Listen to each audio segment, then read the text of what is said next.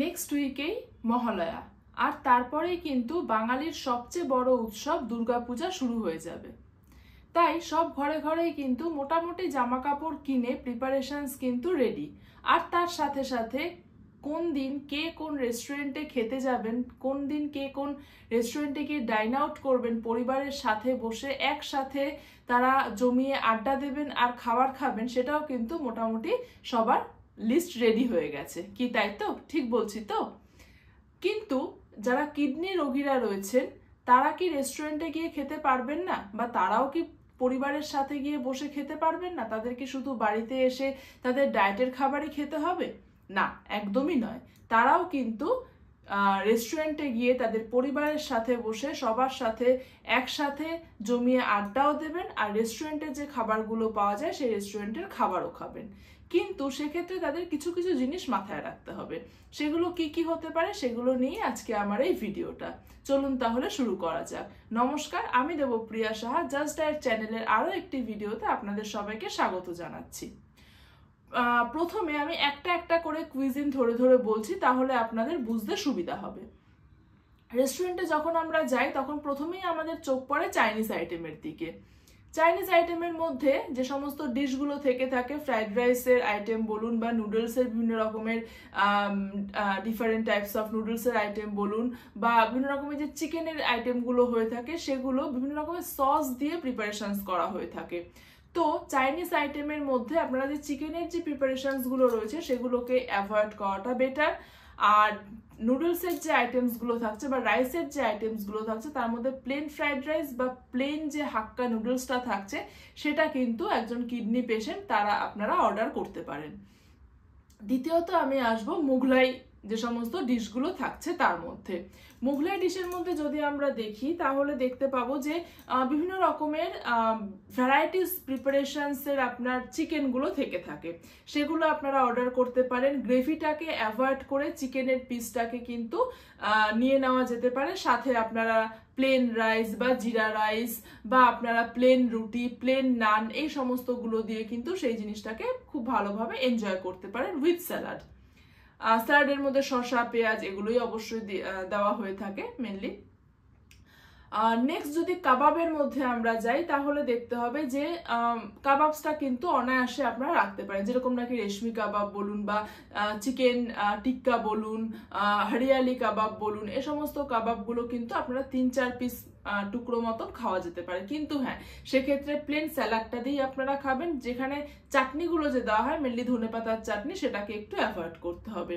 যদি টাংরি কাবাব নিয়ে থাকেন তার পোর্শন সাইজটা কিন্তু অবশ্যই 1 পিস মতন হবে, কারণ সেটা একটু বড় সাইজের হয়ে থাকে টাংরি কাবাবটা, সেই কারণে। নেক্সট যদি আমরা বিরিয়ানিতে আসি, অবশ্যই পুজোর মধ্যে বিরিয়ানি খাবো না এরকম তো আর হতে পারে না, বিরিয়ানি তো আমরা অবশ্যই রাখবো। তো বিরিয়ানির মধ্যে যেটা রাখতে হবে, মশলা আলা যে ভাতগুলো রয়েছে, বেশি যে মশলাদার ভাতগুলো যে থেকে থাকে সেগুলোকে একটু অ্যাভয়েড করে প্লেন মানে সাদা ভাতটাকে একটু বেশি দিয়ে মশলা ভাতটাকে অল্প করে দিতে বলবেন। আলুটা যদি বড় সাইজের হয়ে থাকে হাফ করে নিয়ে নেবেন। ডিমটা অ্যাভয়েড করে চিকেনটা দিয়ে আপনারা কিন্তু বিরিয়ানিটাকে এনজয় করতে পারবেন। তাহলে কিন্তু মোটামুটি একটা ফুল প্লেট বিরিয়ানি কিন্তু রেডি হয়ে যায়। আর মাটনের আইটেম যেগুলো থাকবে সেগুলো একটু অ্যাভয়েড করাটাই বেটার রেস্টুরেন্টে গিয়ে। আর নেক্সট যেটা বলবো সেটা হচ্ছে কন্টিনেন্টাল ডিশ। প্রচুর পরিমাণে কন্টিনেন্টাল ডিশের এখন ট্রেন্ড উঠেছে, তো সেগুলো আমরা বিভিন্ন রকম ভাবে ট্রাই করে থাকি বিভিন্ন রকম রেস্টুরেন্টে গিয়ে। তো সেটা যদি আপনারা নিতে চান অবশ্যই আপনারা কন্টিনেন্টাল ডিশগুলোকে নিতে পারেন, কারণ সেগুলোতে মশলা কিন্তু থাকেই না দেওয়া, মশলার গুঁড়ো কিন্তু ইউজ করা হয় না। সেটা সেক্ষেত্রে একটা খুব ভালো হেলদি অপশন। অ্যারারুট বা সেক্ষেত্রে আপনাদের যেটা কিনা অ্যারারুট মেনলি ব্যবহার করা হয়ে থাকে। এছাড়াও আপনাদের যেটা ব্যবহার করা হতো মানে অ্যারারুটটাও কিন্তু আপনাদের লো পটাশিয়ামের মধ্যেই পড়ছে, তো সেক্ষেত্রে কিন্তু কোনো অসুবিধা হবে না। বা কর্ন স্টার্চও ব্যবহার করা হয়ে থাকে, তো সেক্ষেত্রেও কিন্তু অসুবিধা হবে না। কিন্তু এক্ষেত্রে আপনাদের একটা জিনিস মাথায় রাখতে হবে, সেই আইটেমটা যেন খুব বেশি চিজি না হয়ে যায়, কারণ যদি বেশি পরিমাণে চিজ থাকে তাহলে কিন্তু কিডনি রোগীদের জন্য একটু অসুবিধাজনক হয়ে পড়তে পারে। নেক্সট হচ্ছে যদি স্যুপস আর স্যালাডস এর দিকে আপনারা যান, স্যালাড বিভিন্ন রকমের স্যালাড, গ্রিন স্যালাড তো বললামই আমি, যেটা কিনা রুটির সাথে বা আপনাদের কাবাবস গুলোর সাথে খাওয়া যেতে পারে। কিন্তু যদি আদার্স যেরকম স্যালাডস গুলো রয়েছে, যেরকম চিকেন স্যালাড হতে পারে বা গ্রিক স্যালাড, এই সমস্ত যদি স্যালাড গুলো হয় তাহলে সেক্ষেত্রে মিউনিস বা চিজ গুলোকে দিতে বারণ করবেন। ওগুলো ছাড়া কিন্তু আপনারা স্যালাডটাকে এনজয় করতে পারেন। স্যুপসের মধ্যে যদি আমাদের দেখতে হয় তাহলে স্যুপসটা যেটা আপনারা খাচ্ছেন, আপনারা 1 bowl অফ স্যুপস খেলেন, কোনো অসুবিধা নেই। কিন্তু যাদের ওয়াটার রেস্ট্রিকশনস রয়েছে তাদের একটা জিনিস তারা মাথায় রাখবেন যে সারা দিনের আপনাদের যে ওয়াটার ইনটেকটা রয়েছে, মানে যদি কারো 2 লিটার থাকে, 2.5 লিটার থাকে বা 1.5 লিটার থাকে বা 1 লিটারের মধ্যে থাকে, তো সেক্ষেত্রে সারাদিনের ওই ওয়াটার ইনটেকটা থেকে আপনারা স্যুপ যতটা পরিমাণের খাচ্ছেন সেটাকে আপনাদের কাট ডাউন করে দিতে হবে। তাহলেই কিন্তু আপনারা সেদিন রেস্টুরেন্টে গিয়ে স্যুপসটাকেও কিন্তু খেতে পারবেন, অসুবিধা নেই। স্যুপের সাথে আপনারা ব্রেড যেটা থাকে সেটা নিতে পারেন, 2টো মতন ব্রেড, গার্লিক ব্রেড নিতে পারেন, নর্মাল ব্রেড নিতে পারেন টোস্ট করা, সেটাও না অসুবিধা নেই, নেওয়া যেতে পারে।